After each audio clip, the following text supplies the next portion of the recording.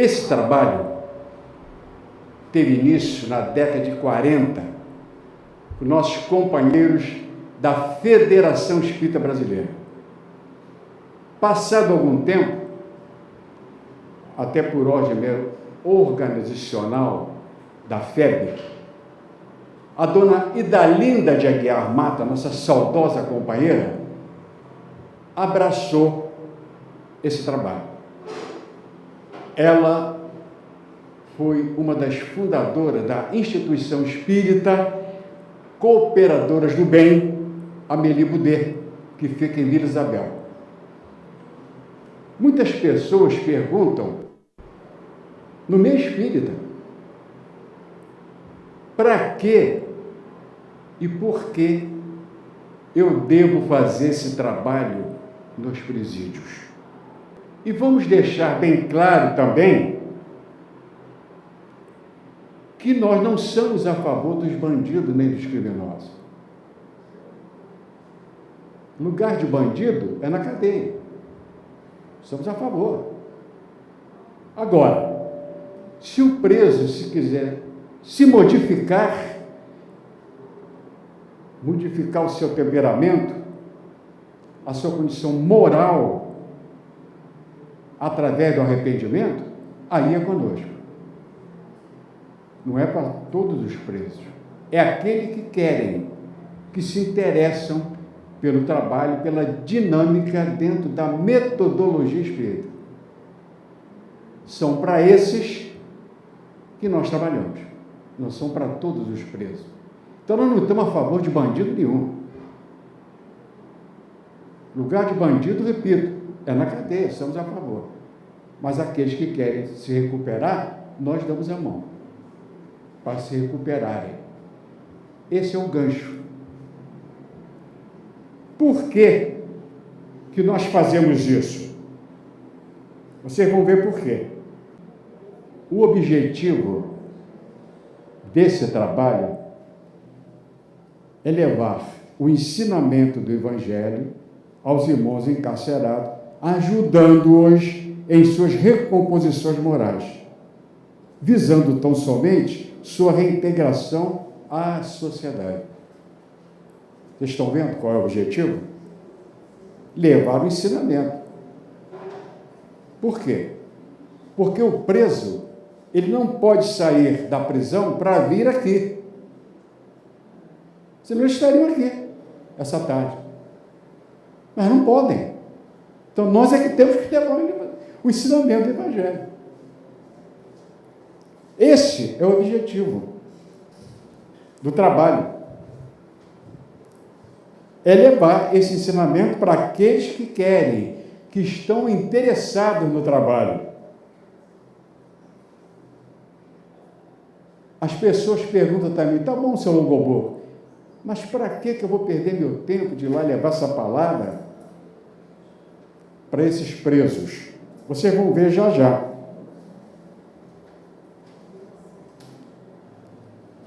Nós vamos encontrar no Evangelho de Mateus.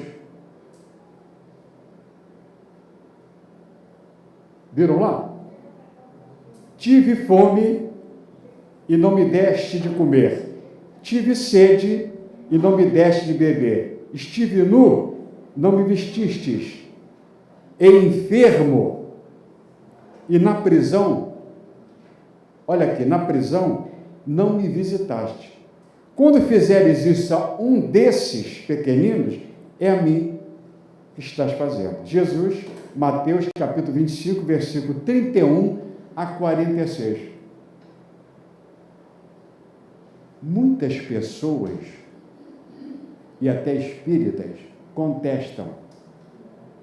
Dizem que Jesus não esteve preso. Mas nós dizemos que ele esteve preso sim. Inclusive no livro, na página 49, se me falha a memória, nós colocamos: quando estive preso e não me foste visitar. Jesus esteve recolhido numa cela. Evidente que não tinha naquele tempo ainda presídios, unidades prisionais. naquela época. Ele ficou recolhido numa cela úmida, fria, sozinho. Nem luz tinha, que naquele tempo não tinha luz elétrica. Sozinho. Até Pedro o negou. Tanto é verdade que quando Pôncio Pilatos, governador da Judéia, manda chamá-lo ao palácio, ele estava recolhido. Todos nós a conhecemos aqui, a Via Crucis, porque o nosso Mestre Jesus passou. Está na história da humanidade, nas Escrituras. Quando Pôncio Pilatos pede para que os soldados vão até a cela, abram para ele ir a palácio. Então ele estava recolhido. Veio ao palácio e ele fez aquela série pergunta: és rei? Esse não, eu não sou rei, o senhor que está dizendo, o senhor é rei dos judeus? Não, o meu reino não é daqui. E o Pôncio Pilatos não entendeu. Não, porque dizem que você que é rei. Eu não disse que sou rei dos judeus. Porque se meu reino fosse daqui, os meus viriam até aqui e me tirariam daqui. Pôncio Pilatos não entendeu e se acovardou. Preferiu lavar as mãos, porque não viu crime nenhum naquele homem, no nosso querido Mestre Jesus. Pelo contrário, ficou fascinado com aquela figura, com aquela luminosidade, aquele homem lindo, aquele olhar penetrante. Ele ficou emocionado. E disse: não vejo nada de ruim nesse homem, crime nenhum. Mas já que vocês querem que eu crucifique, eu vou lavar minhas mãos. Se acovardou. Preferiu, então, entregá-lo à sorte do gentio naquele tempo, que preferiram soltar o bom ladrão e crucificar Jesus. Todos conhecem a história, não vamos aqui adiantar, mas por causa do tempo, até não contar essa história. Eu só quero dizer, dar ênfase, para dizer que ele esteve recolhido, esteve preso. E outra coisa, ele foi crucificado entre dois ladrões, dois presidiários também. E recebeu a visita de duas pessoas, quando estava recolhido. Duas mulheres. Maria, evidente, né? A sua mãe. Marta, a sua prima. Duas mulheres. Porque os outros discípulos desapareceram. Se esconderam. Essas duas mulheres foram até o centurião e disse: Maria queria ver. Eles não quiseram deixar. Ele, não, ele é meu filho. Eu tenho direito de vê-lo. E ver se ele está precisando de água, pelo menos água. E ela conseguiu. Então estava ali iniciado a assistência espírita ao preso do planeta. Naquele dia. Duas mulheres. Estava iniciado, então, o trabalho de assistência espírita ao preso do planeta. Foi iniciado ali com essas duas mulheres corajosas que foram ver a Jesus e perguntou o que ele estava precisando no momento. Levar algum material de higiene, água para ele, que os outros o abandonaram. Então fica aqui registrado. Ele esteve recolhido numa cela. Por isso é que ele diz, quando ele esteve preso, foste me visitar. Então o convite é dele. E nós temos um reforço a respeito da prisão dele. Está no livro Caminho, Verdade e Vida. Vejam só. Jesus partiu para o glorioso destino do reencontro com o Pai. Ergueu-se e saiu em busca da glória suprema. As estações da marcha são eminentemente educativos. Getsemane, olha ali, ó, o cárcere, o pretório e a via dolorosa, a cruz. Livro Caminho, Verdade e Vida, Emmanuel, página 184, 19ª edição, Federação Espírita Brasileira, psicografia Chico Xavier. Vejam que nesse livro nós vamos encontrar um testemunho de que ele realmente esteve preso seguindo essas estações. Vocês viram ali Getsemane? É o nome de um jardim de Jerusalém, que era o lugar preferido do Mestre Jesus, que ele se recolhia. Era nesses jardins, Getsemane, de Jerusalém. E o pretório é justamente a residência do governador. Tem a via Crucis dele. Então vocês viram que isso é uma afirmativa eminentemente educativa para todos nós, que ele realmente passou por essas estações. E tem mais. Vejam só. Evangelho segundo o Espiritismo, capítulo 11, item 14. Vejam só. Amar os criminosos. Deveis amar os desgraçados, os criminosos, como criaturas que são de Deus, às quais o perdão e a misericórdia será concedida com o seu arrependimento. Viram? Isabel de França abre 1862, Evangelho segundo o Espiritismo, capítulo 11, item 14. Vocês observaram ali o tempo do verbo? Perfeito. Imperativo perfeito. Deveis. Não está convidando nem propondo. Você deve. Não sei o que estou dizendo. O Evangelho. Você deve orar e amar os desgraçados, os criminosos. Porque são criaturas de Deus ou não são? Evidente que são. São nossos irmãos de humanidade. Quer queiramos ou não. Praticaram o crime? Praticaram. Concordo.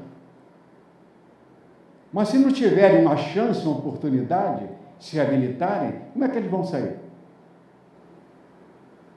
Se nós não levarmos o amor, o carinho. Tem muitos presos que não têm visita. Os seus parentes moram distantes e ninguém vai visitá-lo. Ninguém leva a pasta de dente, ninguém leva a escova, ninguém leva o sabão de coco, ninguém leva o papel higiênico. Não tem visita de ninguém. Nós é que somos os visitantes. Nós espíritas, das escolas espíritas, é que fazemos a visita. Porque se não formos, eles vão ver como? Se não tem pasta de dente, onde inclusive o Estado tinha que ceder. Mas todo mundo aqui sabe, o sistema está falido. Infelizmente. O sistema penitenciário está falido. O próprio ministro da Justiça já disse. Leram? Viram na televisão? Não quero entrar aqui em detalhe político, porque não é nosso propósito. Você viu que situação difícil. Tem preso que não tem visita de ninguém. Vai ver de como que ele vai viver. Se o sistema não dá todo o apoio necessário que ele deveria ter por direito constitucional. E não recebe. Nós é que temos que levar alguma coisa para aqueles que não têm visita. Inclusive o Evangelho. para eles entenderem as situações que eles estão passando. Erraram? Eu sei que erraram. Mas tem direito a uma nova chance. Se arrependerem, leram ali? Se arrependerem e quiserem, vou repetir, não são para todos. Chegar no presídio e dizer, oba, oba, os presidiários, venham comigo, vocês estão salvos pelo espiritismo. Não. Não é assim que a banda toca. Tem que ser um projeto, uma metodologia de ensino, uma organização de ensino dentro do Evangelho, das diretrizes básicas da doutrina espírita, para justamente eles entenderem o recado e não tornarem a praticar o crime, não reincidir no crime. Esse é o grande projeto do agente religioso. Levar essa palavra de consolo, de carinho, para reerguê-lo, botar a autoestima dele para cima. Vamos levantar, amigo. Você pode se reerguer. É um homem ou uma mulher, tem muita mulher presa também. Nós temos 3 unidades lá no complexo penitenciário de Bangu, temos 3 unidades, muitas mulheres presas. Está aumentando o número de mulheres presas no sistema prisional do Rio de Janeiro. Também estão precisando. Nós temos 58 presas lá no presídio Nelson Hungria. Vocês precisam ver como é que elas estudam o Evangelho, cada um com o seu Evangelho na mão, na nossa escola espírita. Todas ali interessadíssimas no estudo. Já entenderam o recado, que tem que se modificar, cumprir a pena e não voltar para a cadeia. Esse é o grande projeto. Boa, muito grande, elas aceitam e reclamam até quando não vai, quando algum problema que houve, fico contando nos dedos o dia da visita. Essas 58 no contingente de... Universo aí são 600 e quebrado, quase 700, que vão assiduamente, fora as outras que vão esporadicamente, vão também. De quê?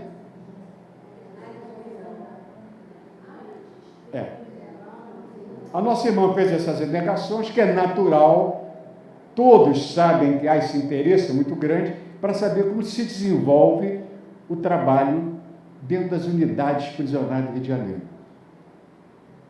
Nós vamos ver que até Narcisa, a grande benfeitora nosso lar, também se manifestou a respeito. Quem lê o livro Nosso Lar vai lembrar da Narcisa. Perdoar os criminosos. Vejam só. Se fores procurado algum dia pelos espíritos desviados e criminosos, não profiras palavras de maldição. Anima, eleva, desperta sem ferir os que ainda dormem na ignorância. Assinado, olha ali, ó, Narcisa.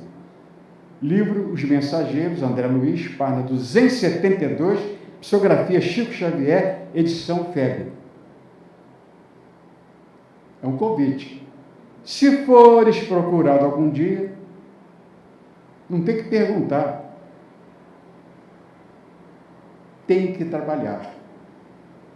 E vocês hoje estão sendo procurados. Hoje.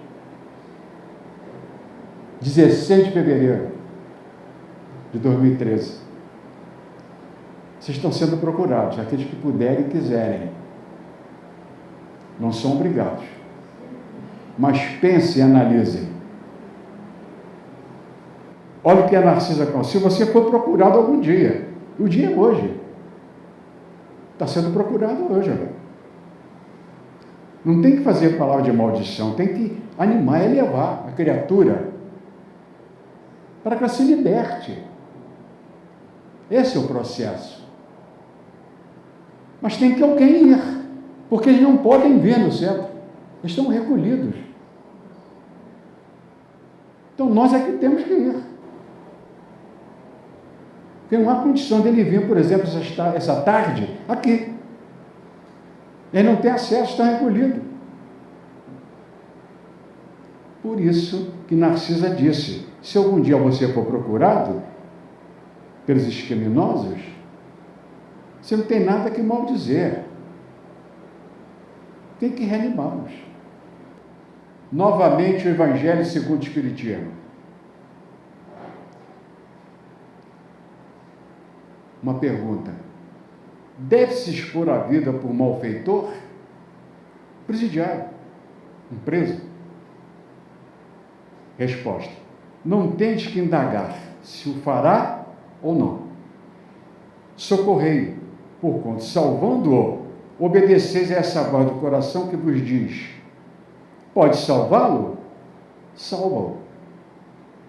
Lamennais, Evangelho segundo o Espiritismo, capítulo 11, item 15. Então não tem que perguntar que você vai se expor. Ah, mas lá só tem bandido. Eu sei. É evidente que lá só tem bandido. É um presídio. Você queria encontrar o que ali? O presídio foi feito para quê? Para os postes e para as árvores? É evidente. Foi para recolher as pessoas que infringiram a lei. Por isso é um presídio. Então não tem que perguntar se eu devo me expor. Sim. Se vai se expor, vai. Mas uma coisa eu posso dizer, desses meus 36 anos de trabalho no sistema, nunca sofri nada. Pelo contrário, os presos nos defendem com unhas e dentes. Ai de um daqueles, de qualquer facção, encostar o dedo de um de nós, está perdido. Porque eles têm as suas próprias leis, seus regulamentos, que são duros. Entre eles. Não é do sistema penitenciário, não. É a lei deles. Ai um daquele ali preso, encostar o dedo num agente religioso, para ver o que vai acontecer com ele. Eles torcem o pescoço. Torce mesmo. Ninguém vai nos atacar, não vão nos pegar como refém, podem ficar descansados, porque nada de mal vai ocorrer. Porque eles, pelo contrário, nos defendem, que é justamente o momento que eles têm de ouvir uma palavra de conforto e de carinho do Evangelho. Então, para eles não interessa. Ele interessa que a gente vá sim, e não nos excluir, nem nos atacar. Ninguém vai ser atacado. E digo mais, dentro das unidades prisionais, nós estamos mais bem guardados, seguros do que aqui fora. Parece um paradoxo. Dentro da prisão, eu estou garantido, eu estou dizendo, esses 36 anos, eu estou dizendo para você, estou mesmo. No interior da prisão, hein? Estou bem mais guardado do que fora, que eu posso ser assaltado na rua. E lá eles nos defendem, nos garantem a visita, a segurança física do agente religioso. É um trabalho muito interessante, difícil. A maioria dos espíritas tem medo, tem receio de fazer a visita aos presídios. Como eu disse para vocês, não acontece nada, eles nos defendem. Mas quando algum parente seu é preso, um sobrinho, uma sobrinha, um irmão, um cunhado, eles ligam para mim. Seu Logobuco, eu estou com um sobrinho que foi preso semana passada, está no Bangu 2. Tem trabalho lá dos espíritas? Podia localizá-lo para levar a palavra do Evangelho? Eu falei, mas por que você também não vai? Ah, agora com teu parente você quer, né? Por enquanto, não tinha ninguém da família, está tudo ótimo. Eu não vou maldizer, nem negar, mas vou lá, localizo que é o nome. Se tiver alguma escola espírita, vamos localizar o companheiro que está preso, para trazer ele para a escola espírita, que lá, cada unidade tem uma escola espírita. foram fundadas pela dona Dalinda de Aguiar Matos. E hoje, esse trabalho está sendo feito pelo SAEP-CERJ, que abraçou o trabalho. E o que é o SAEP-CERJ?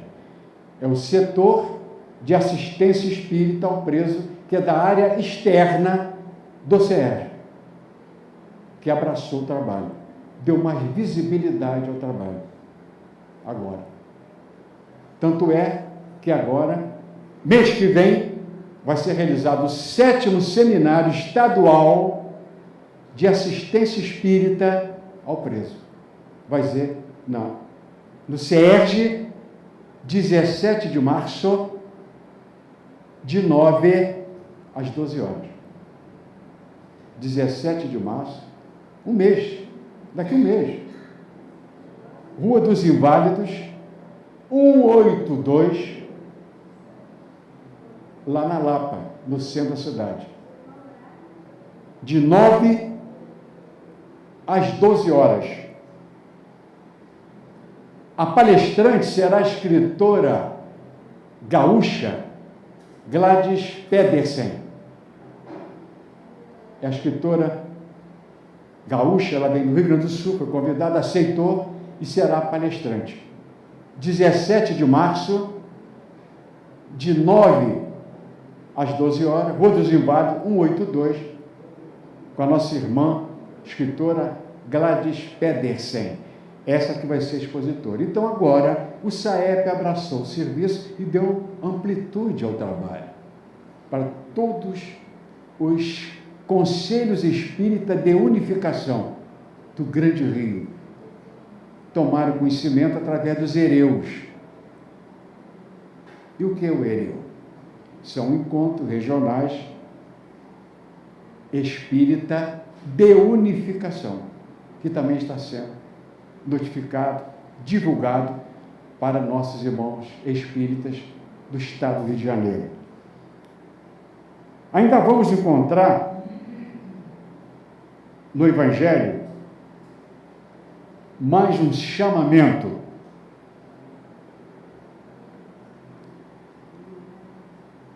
Continua o Evangelho.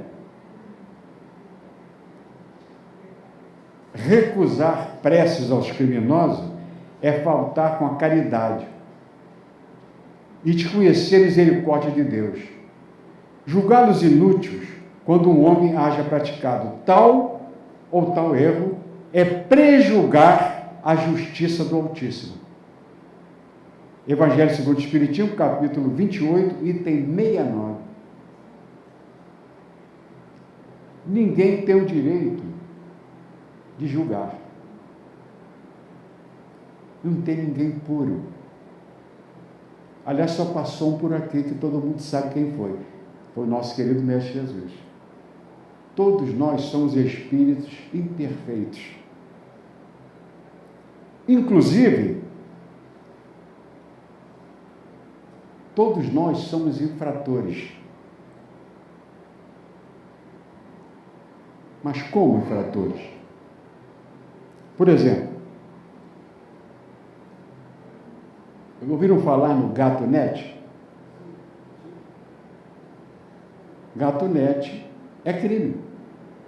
É aquele que pega o sinal da Sky e passa para o quarteirão todo do bairro e cada um divide para pagar a mensalidade puxando o sinal de imagem. É crime. Se a Polícia Federal chegar, vai levar todo mundo, inclusive o que está com o sinal, que pegou o sinal da Sky ou da NET. Se a Polícia Federal chegar, vai em cana. Mas me disseram assim, mas Longobook, isso aí é tão banal. Pô, todo mundo tem agora, eu sei, mas é crime. Quer dizer que analisou, então, pode puxar o sinal de quem quiser, está tudo certo. Isso é crime. Sonegar impostos é crime, previsto em lei. Vocês sabiam que jogar no bicho é contravenção penal? Fazer a fezinha. Se a polícia chegar e prender você fazendo jogo na hora aposta, você vai para a delegacia junto com o bicheiro. O bicheiro é preso, você tem que ir junto. Lá para o delegado apreciar, vai para o comissário para abrir sindicância. O senhor estava fazendo aposta, então tem que ir junto. Mas ninguém, vocês já viram alguém que foi preso? Eu nunca vi. Mas é contravenção penal. Viram? Tem também o gatilho da luz. É crime também. Não pode fazer isso. Apresentar atestado médico falso. É crime. No trabalho, para justificar uma falta que não tem nada a ver com... Também é crime. Não pode fazer isso. Fora a água, o hidrômetro, que também puxam. Isso é crime, isso é roubo. Não pode fazer isso. Como é que você vai puxar água da SEDAI sem autorização, clandestinamente? Não pode. Não, mas todo mundo faz isso, Hugo. Eu sei, meu filho. Mas eu vou fazer também? O senhor vai fazer? Banalizou. Então pode fazer um jeitinho. Quebra o galho. Estacionamento proibido. Avança ao sinal luminoso. Não pode. Olha quanta coisa. Está também no código. Por isso é que Chico Xavier disse uma vez, numa entrevista, que nós não estávamos presos ainda porque não fomos descobertos. Fomos pegos. Por isso. Nós estamos aqui do lado de cá, soltos. Chico Xavier uma vez, sorrindo, para o entrevistador, disse, é porque não fomos descobertos ainda, meu irmão. Senão estamos aqui ainda. Então vocês viram que nós não podemos prejugar, porque todos nós erramos, estamos evitando, evidente, esforçando para nos melhorar a cada dia. Por favor, o Evangelho está aqui para isso, para a nossa reforma íntima. Esse é um gancho. Mas eu estou colocando para dizer para vocês que nós também erramos. Nós também praticamos essas contravenções. Aborto, eutanásia, e vai por aí. Outros dizem assim, bandido bom é bandido morto. Já ouviram? Tinha um político que entrou com uma emenda na Constituição Federal para implantar a lei da pena de morte. Ele já desencarnou, que Deus o tenha. Amaral Neto. Os mais antigos aqui devem lembrar. Ele tentou colocar uma emenda na Constituição para a pena de morte. Graças a Deus não passou. Foi derrotado. Mas não vai resolver o problema. Se a pena de morte resolvesse, os Estados Unidos já tinham resolvido o problema da criminalidade.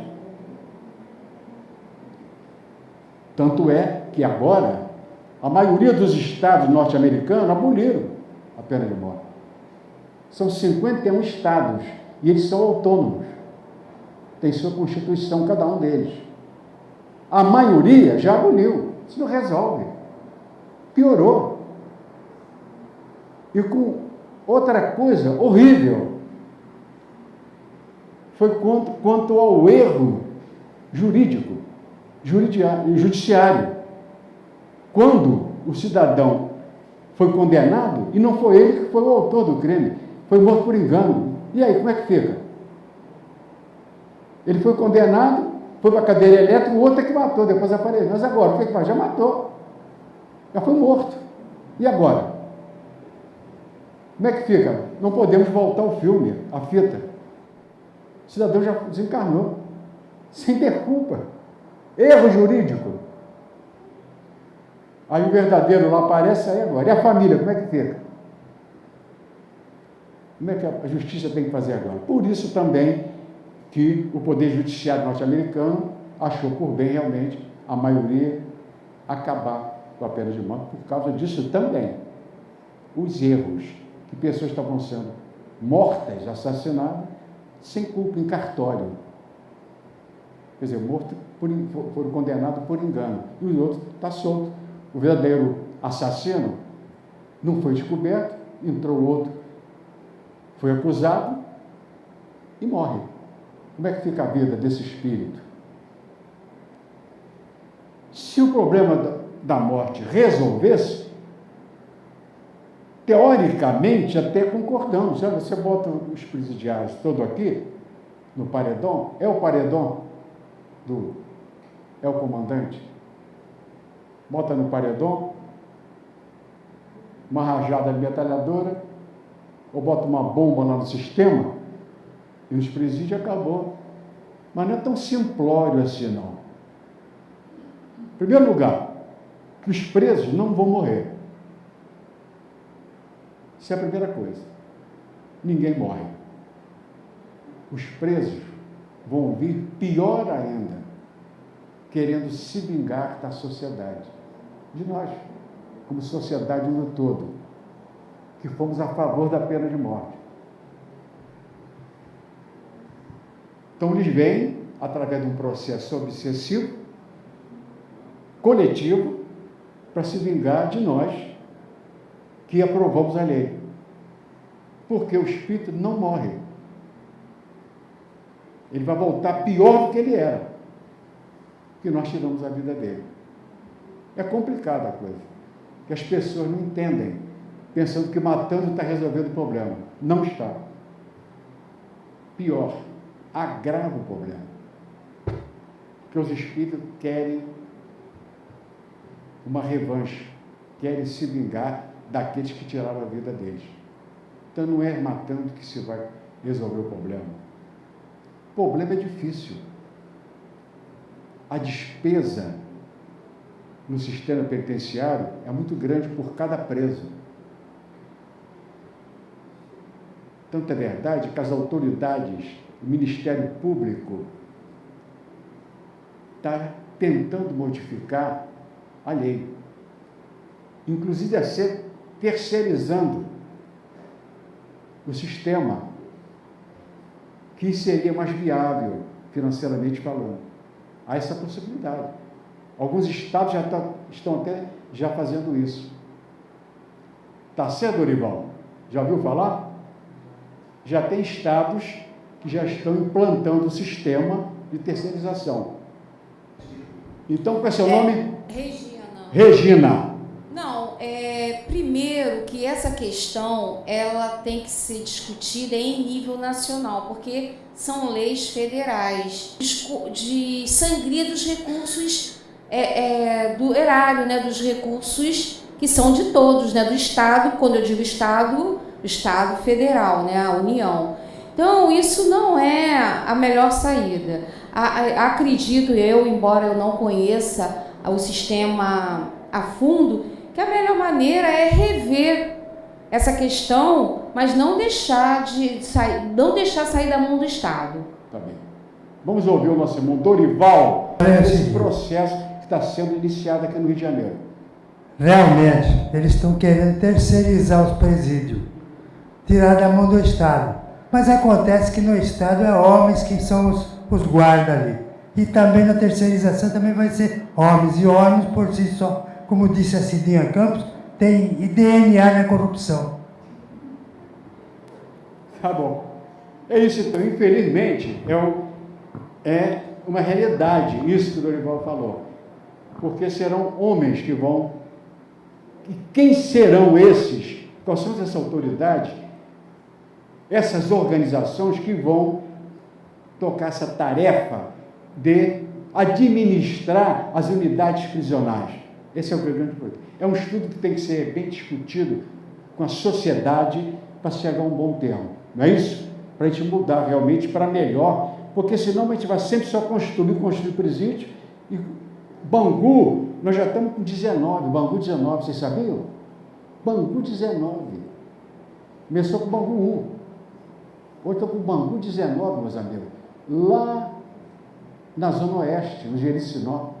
Isso contando com 3 hospitais penitenciários. Nós estamos a 19 instituição. E pago por nós, o contribuinte. Nós é que pagamos. toda aquela despesa por cada preso. É uma despesa muito grande. Não podemos continuar construir mais presídios, temos que esvaziá-los. Esse é o processo. Para eles não voltarem para o presídio. O segmento espírita não entendeu ainda o recado. Vocês viram, o convite é de Jesus. Quando estive preso, foste me visitar. Para isso, com essa finalidade, não é julgá-los. Aqueles são os miseráveis, são os presos. Eu sei que eles são presos, são criminosos. Mas vamos condená-los? O senhor é puro? A senhora é pura? Tem alguém puro? Não tem. Então temos que levar assim essa palavra de conforto para eles se reabilitarem. Vocês vejam só isso aqui, ó. Veja isso aqui, ó. Ao contrário, faltou um acento agudo ali no ar, perdoem. Ao contrário do que muitos possam imaginar, o preso não é um animal enjaulado e totalmente abstraído da realidade que o circunda. Temos, por força de lei, que considerá-lo um ser em busca da reinserção social e proporcioná-lo tratamento adequado para a consecução desse objetivo. Esta é a regra, o espírito da lei. E nenhuma autoridade pública pode afastar dela. Assinado Astério Pereira dos Santos, ex-secretário de Administração Penitenciária. Esse foi o ex-secretário de Administração. Veja o que ele escreveu. Eu tive que passar para cá, porque ele esteve lá na secretaria. Ele diz que nenhuma autoridade pode se afastar, porque o preso não é uma fera, não é um animal. Vai ficar lá, fecha, não quero saber, está trancado, não queremos contato, não podemos levar por esse lado. A sociedade tem que se movimentar, tem que fazer alguma coisa. E nós ficamos frustrados quando participamos de alguns hereus, Encontro Regional Espírita de Unificação. Já fui em quase todos os anos. Existe o centro de interesse. Já viram? Centro de interesse. Nós vamos. As salas estão preparadas. Aí nós vamos para o centro de interesse de unificação.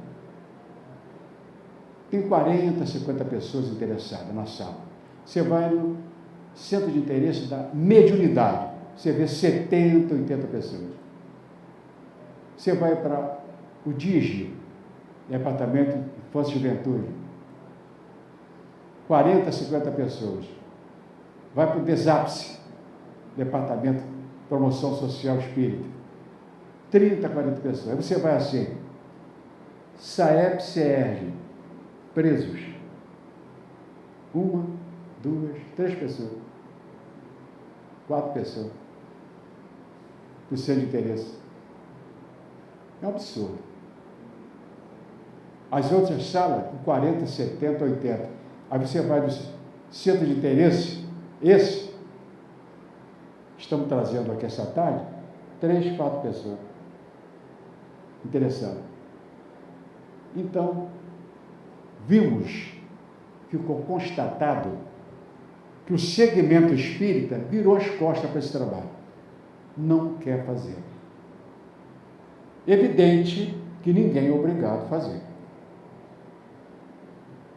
Que as pessoas possam temer a sua entrada, pensando que chegar lá, os presos vão nos atacar, vão nos comer, vamos devorar.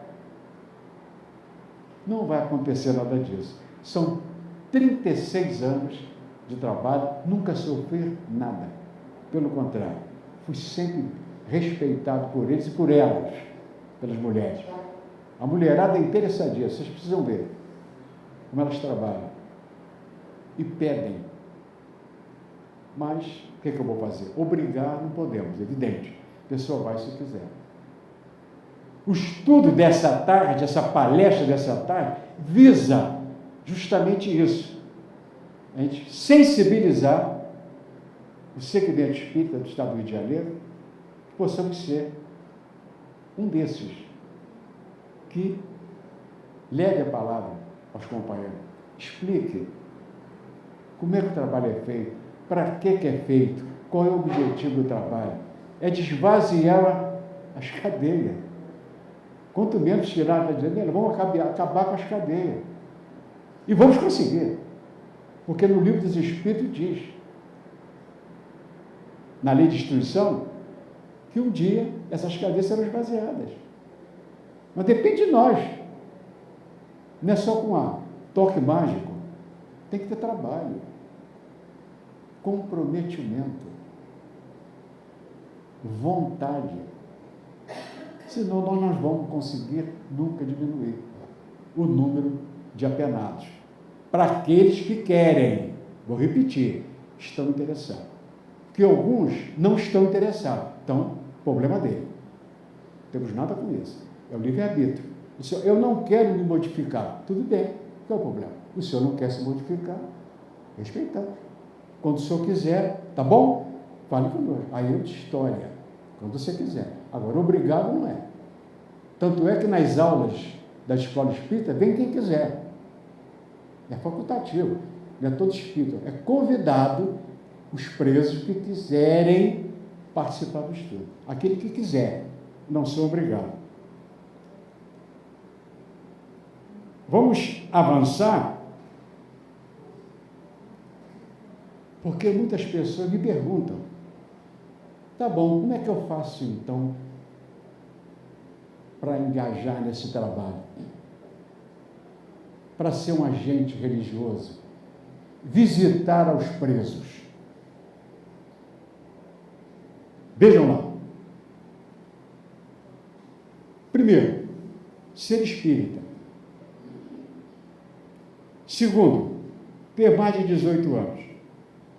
Terceiro, conhecer o básico do espiritismo. Não precisa ser professor de espiritismo. O básico, o mínimo, que nós já sabemos através do estudo do Evangelho, dos Espíritos, com o dogma da reencarnação. É o básico. E ter comprometimento com o trabalho. Esse é o grande problema.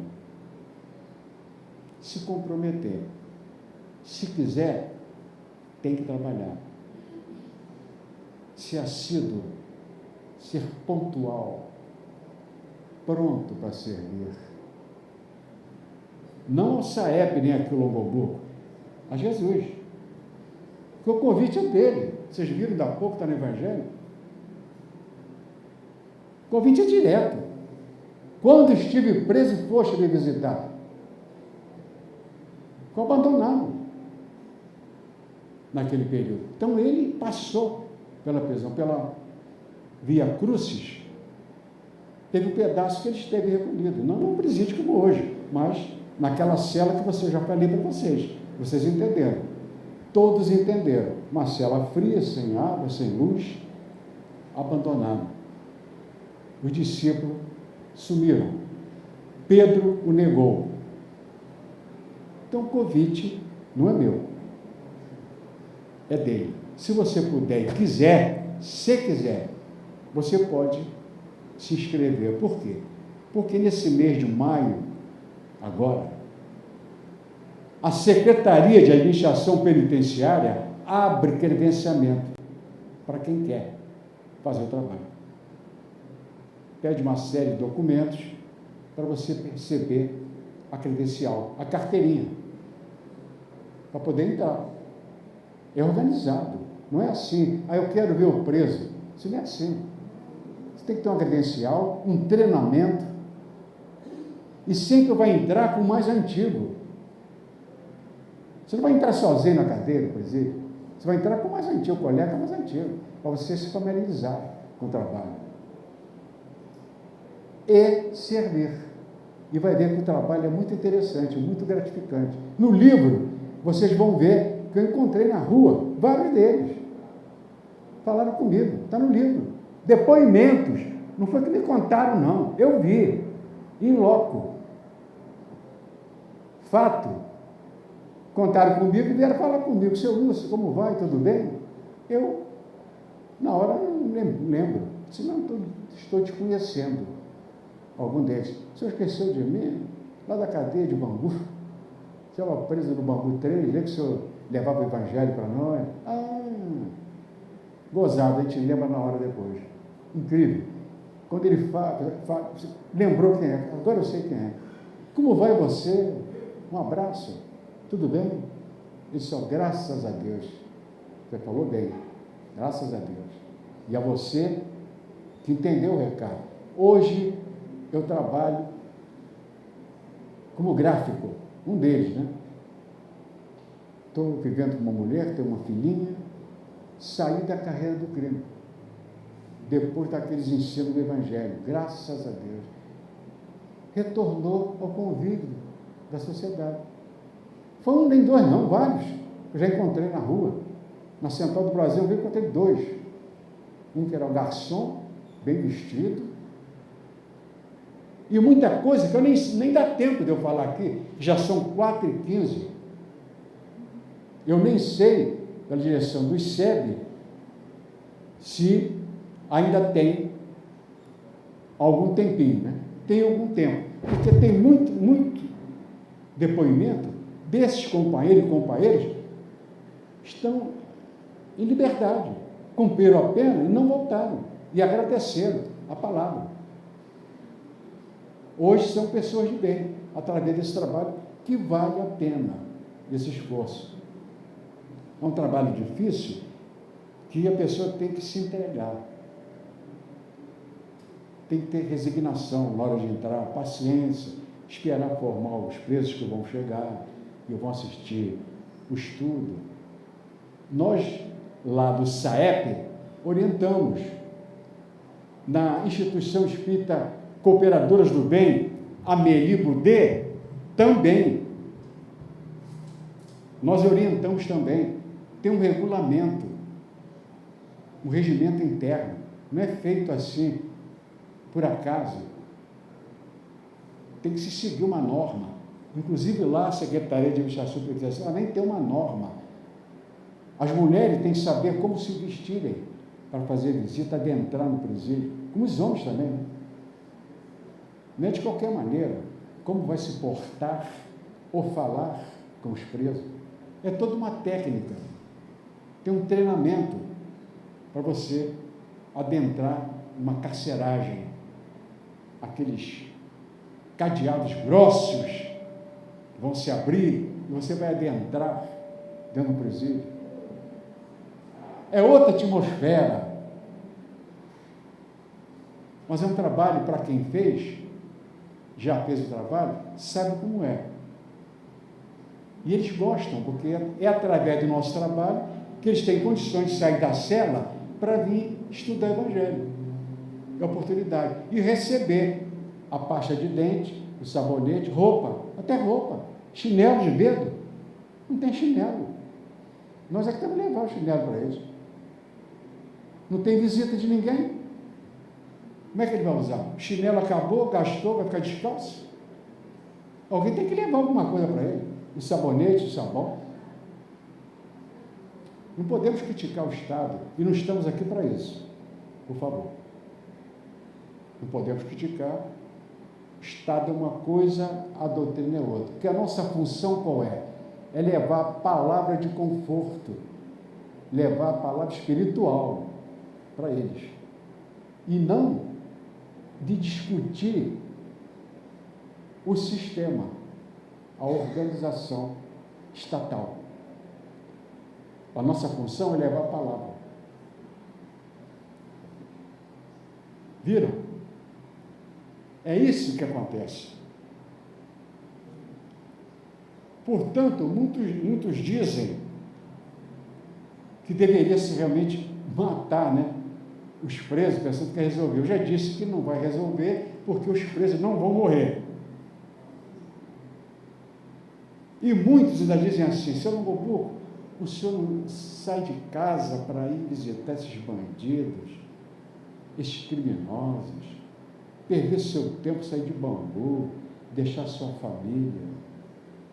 para visitar esses homens, essas feras. O senhor acredita na recuperação desses homens? Eu acredito, senão não estaria indo. E eu estou trabalhando para isso. A Regina queria falar. A nossa irmã Regina, o microfone, por favor, para a nossa irmã Regina, que ela quer falar a respeito justamente dessas divisões. Pois não, Regina? O que importa é a nossa... é o que a gente pode oferecer, o que a gente pode doar, porque como espírita nós sabemos que fora da caridade não existe salvação. Então, o trabalho que a gente fizer junto a qualquer segmento, seja doentes, terminais, sejam detentos, é um trabalho que vai engrandecer principalmente a gente.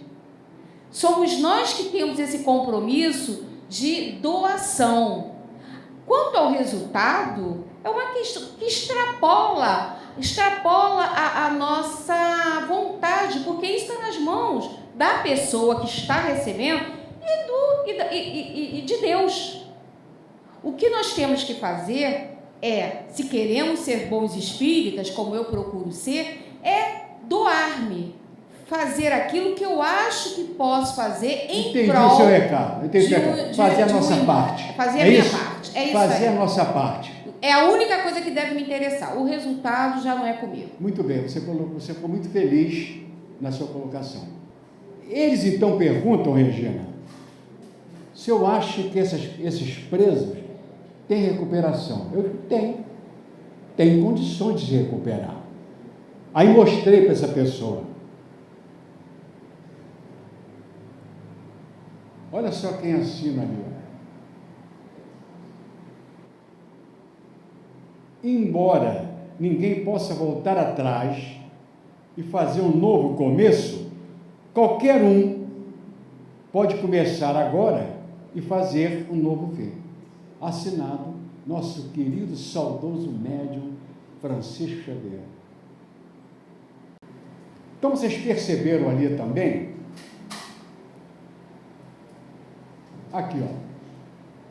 Qualquer um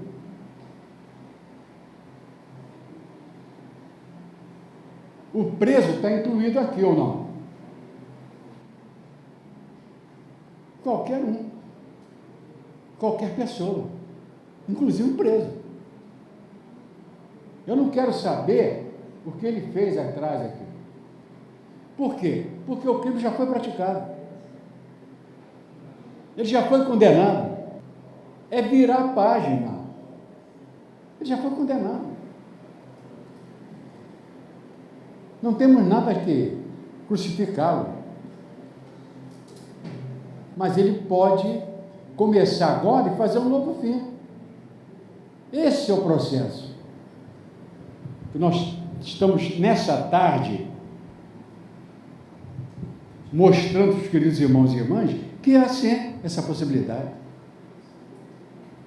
Aí tem recuperação sim. Não sei o que estou dizendo. Qualquer um.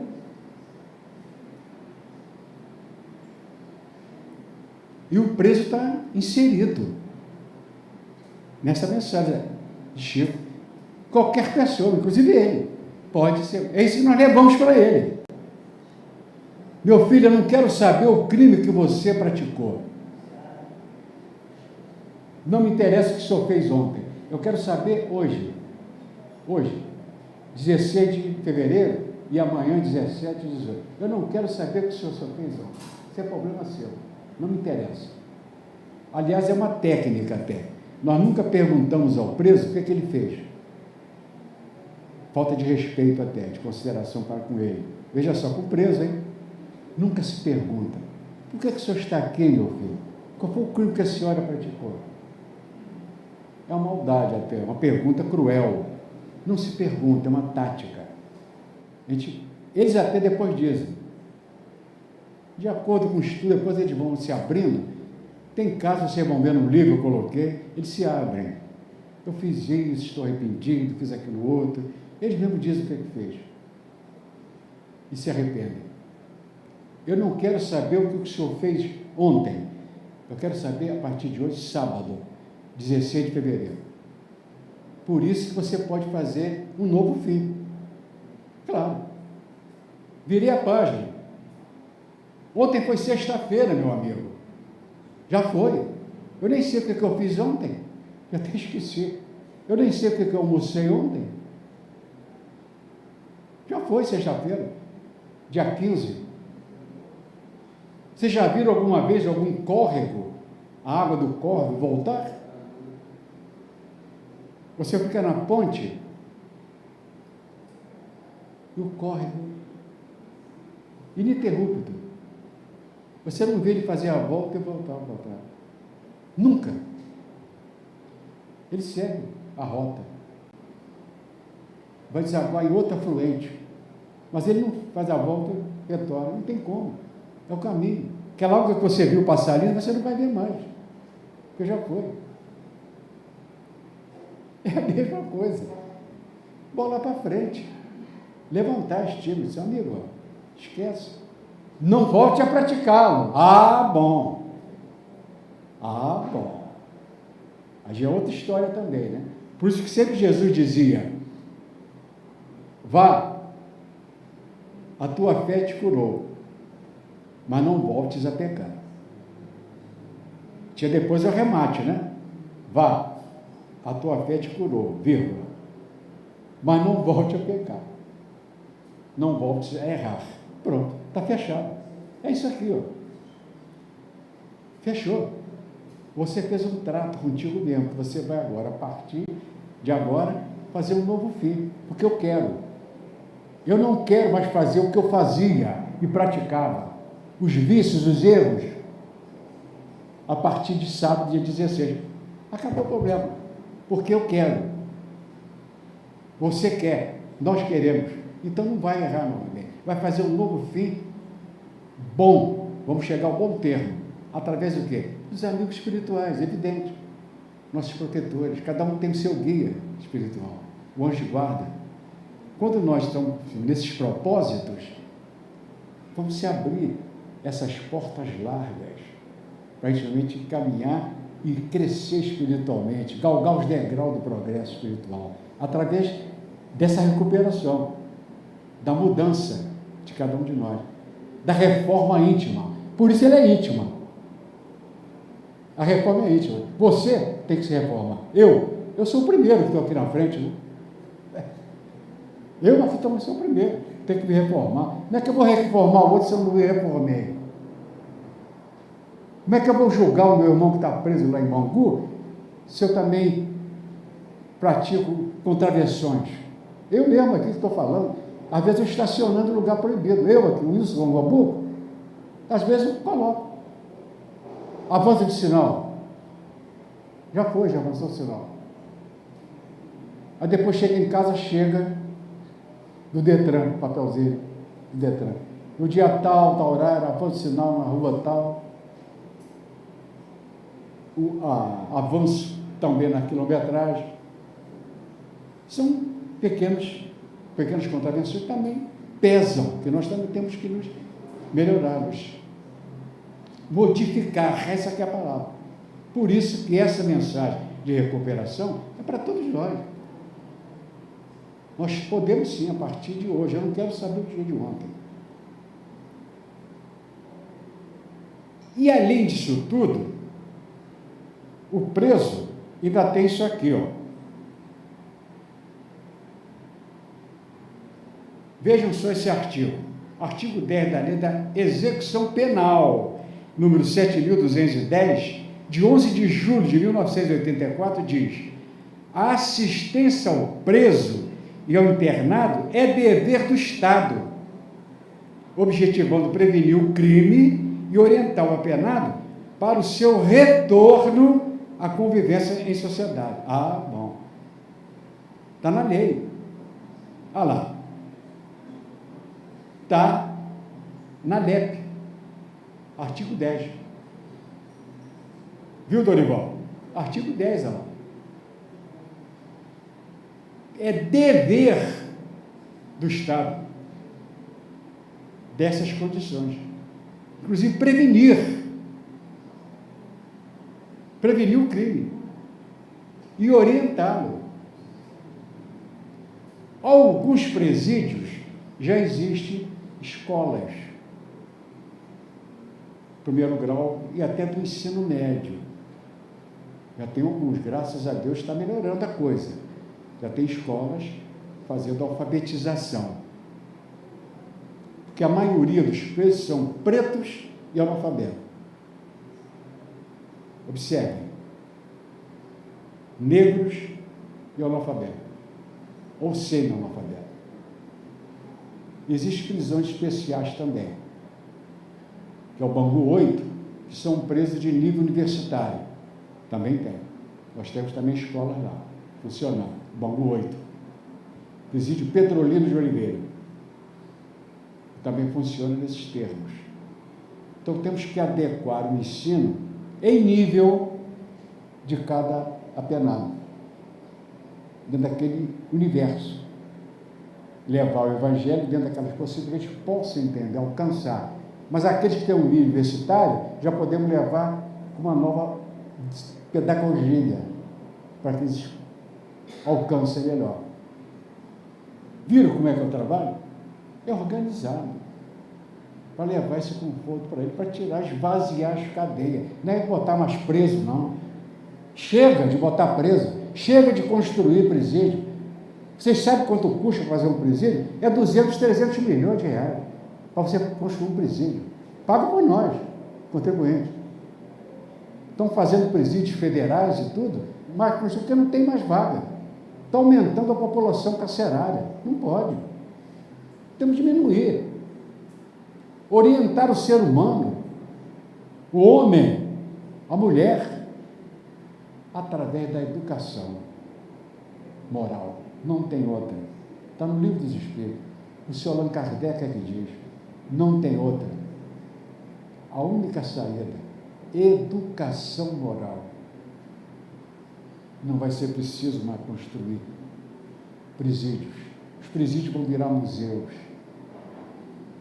Daqui a 300, 400, 500 anos,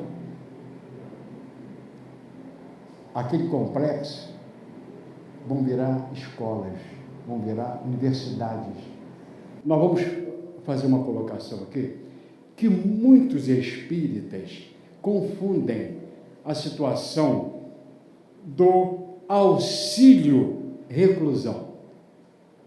Eu, inclusive, recebi muitos e-mails malcriados de alguns companheiros espíritas, dizendo, mas agora, seu Longoburgo, os presos estão recebendo ordenado? Que negócio é esse? Eu não estou entendendo. Pagando preso, auxílio reclusão? Que negócio é esse? Então eu respondo os e-mails explicando para eles o que ocorre realmente. Que é justamente isso que vocês estão vendo aqui.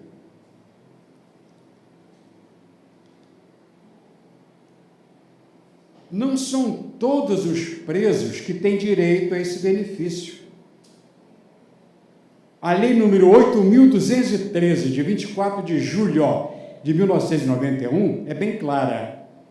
Só tem direito o segurado que tiver sido preso e não está recebendo salário da empresa na qual trabalhava, nem está em gozo de auxílio-doença, aposentadoria ou abono de permanência em serviço. Portanto, só tem direito a esse benefício aquele preso que é segurado, que tem vínculo com a Previdência e que não poderá receber o salário da empresa na qual trabalhava, nem está em gozo de auxílio-doença, aposentadoria ou abono de permanência em serviço. É para isso que existe a Previdência Social, para atender o seu segurado, que por motivos óbvios não pode recolher o pagamento à Previdência. Então, vocês viram? Não são todos. São só aqueles presos que têm vínculo com a Previdência, que ele recolhe a Previdência Social. Ele estava trabalhando, recolhia, foi preso. Mas ele não segurava. E a lei é clara. Essa lei diz que é para aquele que tem vínculo com a Previdência, que desconta. A família que recebe. É a família, não é ele que recebe. Como é que vai ficar a esposa e os filhos? O marido foi preso, foi condenado. Vão ficar, a mulher é do lar, não tem emprego, vão passar fome? Se vestir, comer? Como é que fica? É para isso que existe a lei, é evidente. Eu pergunto, quem é que ia abrir mão desse direito, sendo preso? Duvido. Quer dizer, não são todos os presos. São esses que têm vínculo com a Previdência. Ah, bom. Aí já é outra coisa. Então as pessoas pensam que são todos os presos. Não é verdade. São só esses. Então eu explico nos e-mails e peço, até botei na internet, no YouTube, para mostrar, para eles saberem que não são todos os presos. São só para esses que têm vínculo com a Previdência. Para isso que a Previdência existe. Ué, você está recolhendo? Concordam? Você entenderam, meus irmãos, minhas irmãs? São para esses só. Para a família, não para o bolso do preso, mas para a família, para poder a despesa da casa. Quem é que vai pagar a casa? Quem vai comprar comida, vestimento para as crianças, escolares? Tem que ser o dinheiro do chefe da casa que foi preso. Houve um deslize na vida dele, ele foi condenado. Fazer o quê? Ah, mas ele tinha vínculo. Ah, bom, tinha vínculo. Então o advogado vai lá e requer. E ganha. Porque está na lei. A lei é clara. Isso. Isso aí. Como é seu nome? Eleanor. Foi o que a senhora falou. Não é para o preso, é para a família. Porque ele tem direitos na lei. Previdência Social. Ele recolhe ao INSS. Então ele tem direito. É fácil. Então é só utilizar essa lei 8.213 e ele consegue. Alguma dúvida quanto a isso? É isso que nós temos que falar para os nossos companheiros que não entenderam ainda. Dizem e criticam, pensando que são para todos. E não são para todos. São só para esses que realmente têm vínculo, que descontam há tantos anos o NPS. Então ele ficou sem condições de descontar, de recolher, de receber, porque está preso. Óbvio. Como é que ele vai receber se ele for condenado? Então, a esposa vai e ela vai receber o auxílio reclusão. Dito isso, nós podemos agora passar para as perguntas dos nossos queridos irmãos e irmãs, dentro das possibilidades, se soubermos, será uma honra, um prazer responder. A primeira pergunta que eu queria fazer é com relação, a gente falou aqui dos presos, a gente entende para estar detido numa instituição dessa, são todos maiores de idade, né? De 18 anos para cima. Agora eu pergunto, como é que está o atendimento com relação a isso, a levar o Evangelho nas instituições que abrigam, onde estão internados, digamos assim, os que são menores de idade, abaixo de 17 anos, tem esse tipo de atendimento também? Tem também, tem. Tem uma instituição lá na Ilha do Governador. Severiano, que uma instituição espírita, irmão Demétrio, que faz esse trabalho com os jovens em conflitos com a lei. Já existe. Mas, por enquanto, o trabalho está muito pequeno, porque não tem quase voluntários. Tem que ter... Vamos chegar nisso novamente. Não tem voluntários para ir levar a palavra do Evangelho para aqueles jovens em conflito com a lei. Mas já existe. E existe o DEGASE, que é também uma instituição da Secretaria de Administração Penitenciária, que regula isso também, que foge à minha alçada, porque a nossa são só presos adultos. Tem outro setor que está, inclusive, entrando junto com o SAEP, que é a área externa do CERJ, para abranger também esse serviço. Tem um estatuto também, e ele está sendo discutido. Esse estatuto não pode ser como está sendo feito, não. As autoridades, o Ministério Público, está revendo isso aí. Não é bem assim, não. O jovem tem responsabilidade, sim. Está sendo refeito pela sociedade. Ele pode fazer o que quiser, não. Tem que dar responsabilidade ao jovem. Ué, ele já vota com 16 anos. Tem responsabilidade.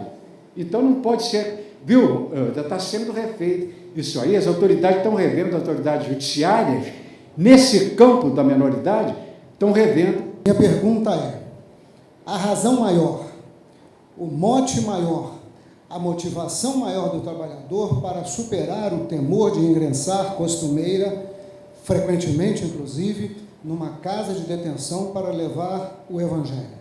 Aquele temor é natural, perfeitamente compreensível, mas deve também, natural e compreensivelmente, ser superado. Qual o mote maior? O que deve mais energicamente resgatar o trabalhador de seu íntimo para encetar uma tal atividade? Desses 36 anos vividos no sistema penitenciário, eu aprendi, porque os presos, eles nos respeitam. Lá dentro, como eu disse para você, a gente se sente mais seguro do que aqui fora. Porque eles, os presos, têm os seus regulamentos próprios, as suas leis. Dentre eles, nas facções, eles mesmos têm suas leis. E ai daquele que realmente queira mexer ou tocar num agente religioso. Vão se ver com ele, porque eles torcem o pescoço mesmo. Vão se ver com ele. Então não há que temer. Se a pessoa quiser fazer o trabalho, vai com aquela vontade sincera de servir, como disse a Regina. Eu faço o meu papel. Levei a palavra de conforto para o apenado. Mostrei o caminho das pedras para ele. Se ele quer, se ele aceitar, fiz a minha parte. Fui visitar, levar o carinho. Como fez aquela mulher, que até na televisão deu, né? O preso que assassinou o filho dela, ela passou a visitá-lo. O assassino. Ela passou a visitá-lo. O assassino ficou com a orelha em pé. Disse: essa mulher está me visitando por quê? Eu matei o filho dela. Ele ficou desconfiado, né? De amá-lo, ela disse que amava como fosse o próprio filho, embora ele tinha matado o filho dela, de sangue. O preso ficou até com medo quando ela levava alguma coisa para ele, bolo ou doce. Ele nem comia porque pensou que tinha veneno. Ele depois disse, ele pensou que tinha veneno no bolo, pensando que ela tinha levado o bolo para ele para matá-lo. Porque ele não acreditava, né? Que a mulher levando uma palavra de amor, de conforto para o assassino do filho dela. Então, o preso não entendeu. Depois é que ele foi ver que era verdadeiro o amor dela, do perdão dela, era puro, era de coração.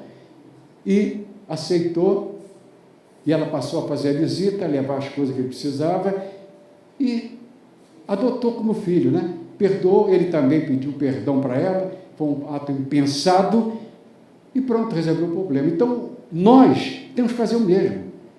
Qual o meu trabalho? Qual é o objetivo? É levar a palavra de conforto ao apenado. Pronto, estou pronto. Que dia que tem que ir? Dia tal, tal hora. Entrei. Os presos estão reunidos. É igual aqui. Página preparatória, prece, abre o Evangelho. Muitos têm um trabalho seguido, né, do Evangelho. Abre, olhou, comentou junto com eles. Eles acompanhando com o Evangelho. Acompanhou, entenderam, prece final, até a próxima semana, volto para casa e vou sempre levando o meu papel é esse. Não me interessa o que ele fez ontem, o crime que ele praticou, eu não quero saber o que ele fez ontem, quero saber hoje, como eu disse, dia 16 de fevereiro, hoje. Aí nós levamos a palavra de conforto e meu papel. Eu não quero saber o que ele fez ou deixou de fazer. Fiz a minha parte, fui lá, o nosso papel, meu irmão, é esse. É levar a palavra de encorajamento para o interno.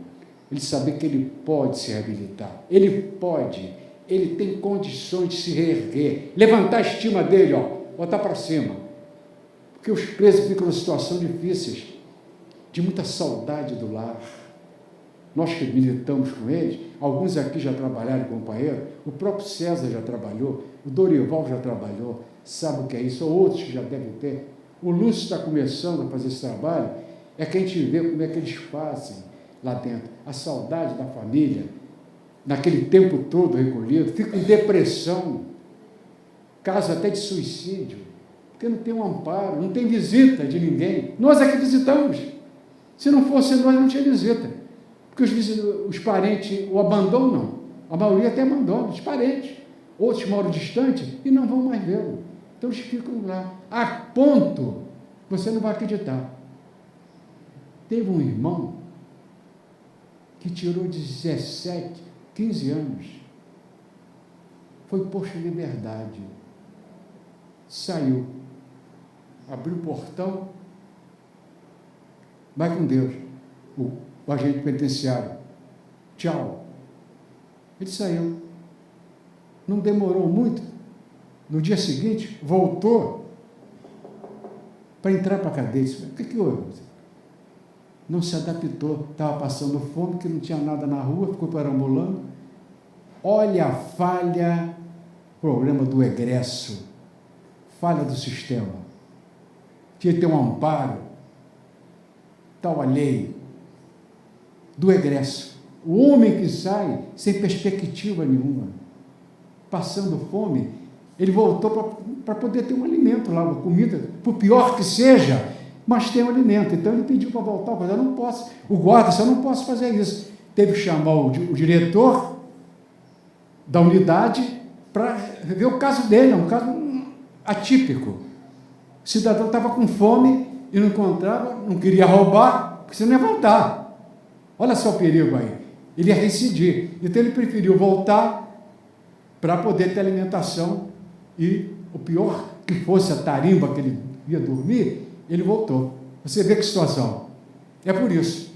Nós temos que estar conscientizados desse trabalho, que é um trabalho nobre para aqueles que se arrependeram. Eu repito sempre aqui, não é para qualquer preso, não.